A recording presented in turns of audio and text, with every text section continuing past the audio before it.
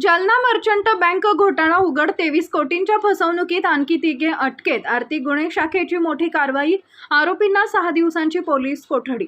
आज दिनांक 20 रोजी सोमवारी दुपारी 3 वाजता मिळालेल्या माहितीनुसार जालना शहरातील जालना मर्चंट कोऑपरेटिव्ह बँकेतील तब्बल 23 कोटी 33 लाख रुपयांच्या आर्थिक घोटाळ्या प्रकरणी आर्थिक गुन्हे शाखेनं मोठी कारवाई करत मुख्य आरोपींच्या सहकाऱ्यांना अटक केली आहे. रामेश्वर जाधव, ज्ञानेश्वर जाधव आणि सुधाकर ठोंबरे सर्व राहणार भोकरदन अशी अटक करण्यात आलेल्या आरोपींची नावे असून न्यायालयानं त्यांना 6 दिवसांची पोलीस कोठडी सुनावली आहे.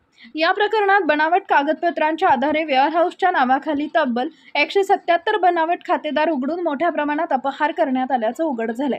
या संदर्भात चंदनजिरा पोलीस ठाण्यात गुन्हा क्रमांक 220/2026 नोंदवण्यात आला असून भारतीय न्याय संहिता BNS 2023 अंतर्गत विविध कलमांखाली गुन्हा दाखल करण्यात आलाय.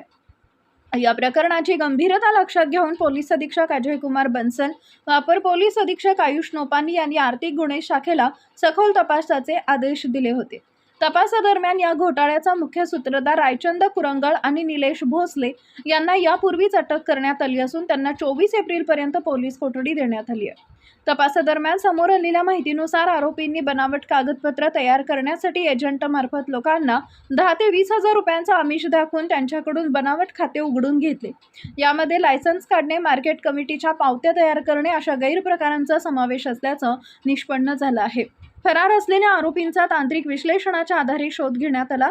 त्यानुसार रामेश्वर जाधव आणि ज्ञानेश्वर जाधव यांना बुलढाणा जिल्ह्यातून अटक करण्यात आली, तर सुधाकर ठोंबरे याला जालन्यातून 19 एप्रिल रोजी उशिरा ताब्यात घेण्यात आलाय. सध्या आरोपींकडून सखोल चौकशी सुरू असून या प्रकरणात आणखी आरोपींचा सहभाग समोर येण्याची शक्यता पोलिसांनी व्यक्त केली आहे.